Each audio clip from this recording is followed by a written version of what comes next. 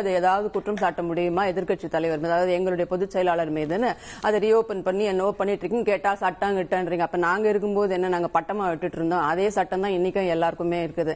உங்களுக்கு நான் ஏற்கனவே போன டிபேட்லயே சொன்ன மாதிரி மாமியார் உடைச்சா மண் குடம், மருமக உடைச்சா பொன் குடம்ன்ற மாதிரி தான் இவங்க செயல்பட்டு இருக்காங்க.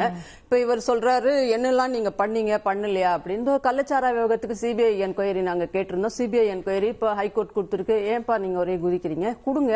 இதுக்கு போயிருக்க வேண்டிய அவசியமே இல்லையே. ஒரு நல்லாட்சி நடக்குது அப்படின்னா ஒரு 100 பேர், 23ல ஒரு 23 பேர் சாகுறாங்க, ஒரு 70 பேர், இன்னும் 100க்கும் மேற்பட்டவர்கள் பல்வேறு உடல் உபாதைகளால் கண்ணிழந்தெல்லாம் பாதிக்கப்பட்டிருக்காங்க. இதுக்கு ஒரு நல்ல அரசு என்ன செய்திருக்கணும்? எதுக்காக முதல்ல சிபிஐ என்கொயரிக்கு நாங்க போற அளவுக்கு வச்சுக்கிட்டீங்க? இது எதிர்க்கட்சி அரசியல் இல்லையா? இது மக்கள் நலன் கிடையாதா?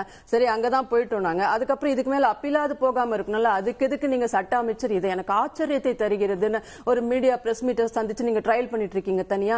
RS பாரதி சொல்றாரு அதுக்கெல்லாம் தேவையில்லை அப்படின்னு. எதற்காக தேவையில்லை? இன்னும் மரணம் தான் ஒரு சமூகத்தினுடைய உச்சக்கட்ட ஒரு தண்டனையாகவே பார்க்க முடியும். அது ஒரு அரசின் மூலமே நடைபெறுகிறது அப்படின்னும் போது வேற எதுக்கு போவீங்க நீங்க? இதை விட என்ன உங்களுக்கு அரசியல் தேவைப்படுகிறது? பாதுகாக்கப்பட்ட வேளாண் மண்டலம் யார் அமைச்சாங்க?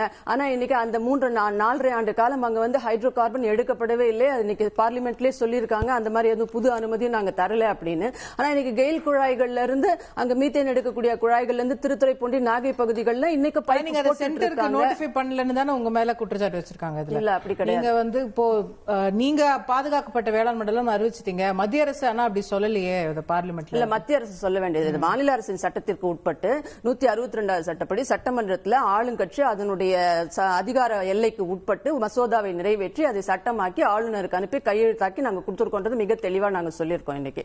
சோ அதன் அடிப்படையில் அதை தாண்டி நாங்க வந்துட்டோம். அந்த 4 வருஷம் அங்க எதுவும் நடக்கல. இன்னைக்கு நீங்க விவசாய சங்கம் PR பாண்டியன் போன்றவர்களை கேட்டீங்கன்னா இந்த 3.5 வருஷத்துல இருந்து இந்த ஆட்சி எங்க ஆட்சி முடிஞ்ச பின்னாடி அங்க குழாய் பதிக்கும் வேலை இன்னைக்கும் மயிலாடுதுறை பகுதிகளில் நடைபெற்றுக் கொண்டிருக்கிறது. அது காங்கிரஸ் MP கண்களுக்கு தெரியலையான்னு எனக்கு தெரியல. அதையெல்லாம் தடுப்பதை இந்த அரசு விட்டுவிட்டு இந்த மாநில அரசை வலியுறுத்தி நீங்க அந்த எந்த குழாய்களும் பதிக்க கூடாது, அந்த விவசாயிகளுக்கு பாதிப்பை ஏற்படுத்தக்கூடாதுன்னு சொல்றதை விட்டுட்டு இது உங்களுக்கு எதிர்க்கட்சி அரசியலா தெரியல. இல்லவே இல்லை, அப்படி ஒண்ணு நடக்கல. நீங்க அதை செய்யாதீங்கன்னு நாங்க சொல்லிட்டு இருக்கோம். இந்த மாதிரியான விஷயங்களை நாங்க